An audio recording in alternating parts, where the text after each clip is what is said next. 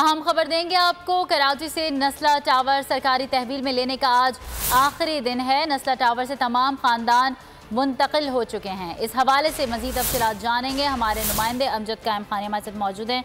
जी अमजद, बताइएगा। हाँ देखिए, नस्ला टावर को खाली करने का जो आखिरी दिन अदालत उस्मा की तरफ से मुकर्रर किया था वो 27 अक्टूबर था। 27 अक्टूबर को जो है वो मुतासरीन और जिले इंतजामिया के दरमियान मुज़ाकरात के बाद ये तय किया गया कि इतवार तक की इन्हें मजीद मोहलत दे दी जाए ताकि जो मकीन है वो अपना सामान यहाँ से खाली कर दे, निकाल ले।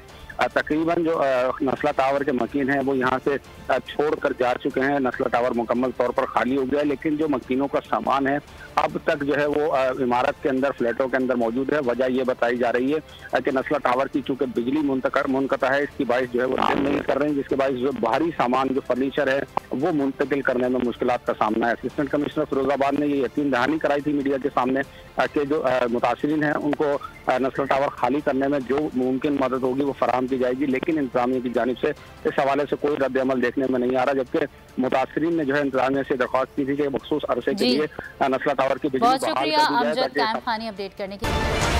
अहम खबर देंगे आपको। कराची से नस्ला टावर सरकारी तहवील में लेने का आज आखिरी दिन है। नस्ला टावर से तमाम खानदान मुंतकिल हो चुके हैं। इस हवाले से मजीद तफसीलात जानेंगे। हमारे नुमाइंदे अमजद कायम खानी हमारे साथ मौजूद हैं।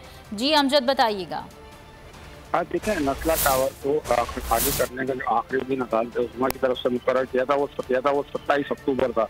27 अक्टूबर को जो है वो मुतासरीन और जिले इंतजामिया के दरमियान मुज़ाकरात के बाद ये तय किया गया कि इतवार तक की इन्हें मजीद मोहलत दे दी जाए ताकि जो मकीन है वो अपना सामान यहाँ से खाली कर दे, निकाल ले।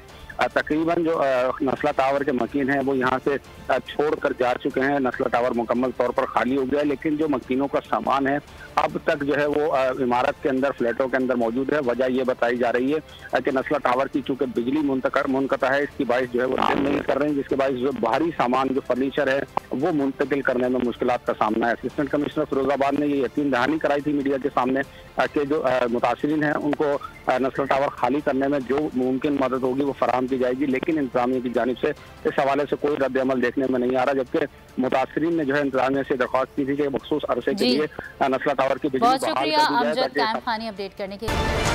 अहम खबर देंगे आपको। कराची से नस्ला टावर सरकारी तहवील में लेने का आज आखिरी दिन है। नस्ला टावर से तमाम खानदान मुंतकिल हो चुके हैं। इस हवाले से मजीद तफसीलात जानेंगे। हमारे नुमाइंदे अमजद कायम खानी हमारे साथ मौजूद हैं।